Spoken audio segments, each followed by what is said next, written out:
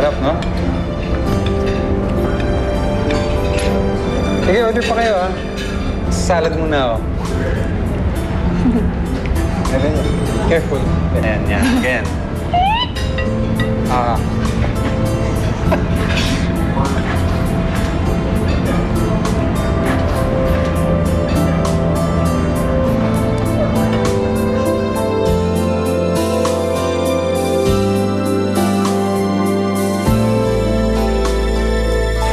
Thank you for coming. Come back again. Thank you. Thank you. Ate, thank you. Ate, ito pa, oh. Thank you so much. And sige, tabi natin. My God! Dinala niyo talaga yung babaeng yun dito? Baka mahaluan ng katsipan tong butik ko. Pero ma'am, maganda po yung date ni Sir Carla. Nadadaan lang yun sa makeup, Lilet. The nerve. Imagine, ipinakilala pa niya sa press as his new girl. Feel na feel naman ng babae. Nung una, akala mo nahihiya-hiya pa siya. Pero halata naman gustong-gusto niya yung spotlight. Napaka-ambisyosa. Eh, bakit ba kayo naggagalaiti, ma'am?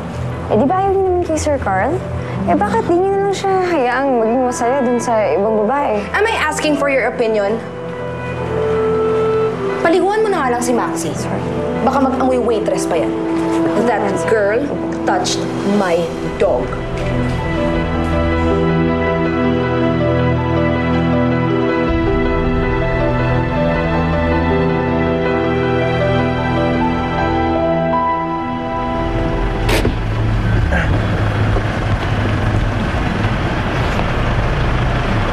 Sige po, Sir Board. Salamat. Sir Carl.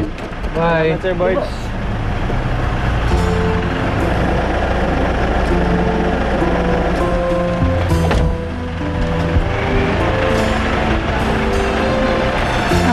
Thank you, ah. Naku, salamat, Sir. Salamat, Carl.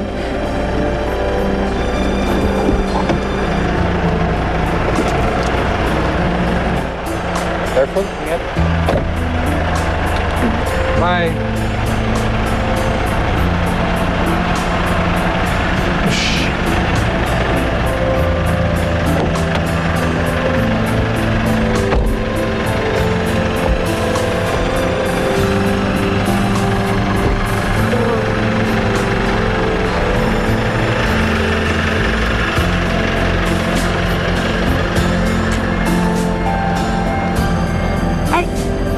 Halika na nga. Pumasok na tayo sa loob. Aray, ito naman. Tara na, tara na. Naku. Wala. Malandi ka talaga.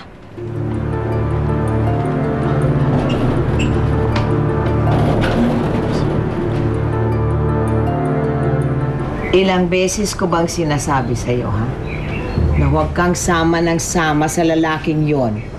Pero ginagawa mo pa rin. Lola Berta, hindi ho sa nangungunsinti ako. Wala naman sigurong masama kung makapag-date si Cara. Nasa tamang edad naman siya eh. Basta huwag ka lang mag-aasawa ka agad.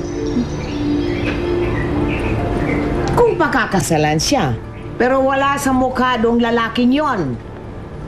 Hindi mo ba alam? Ilang buwan ka pa lang sa tiyan ng nanay mo, wala na yung tatay mo. Lumayas. Ngayon, gusto mong magkakagano ka?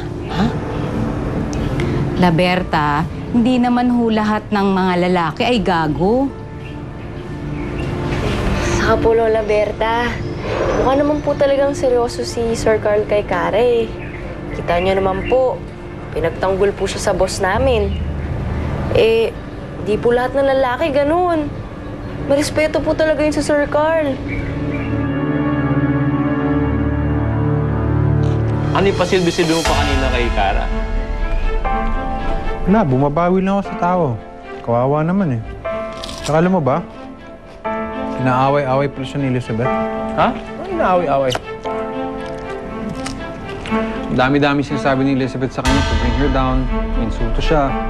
Tapos, sinabi pa, flavor of the month ko lang si Cara.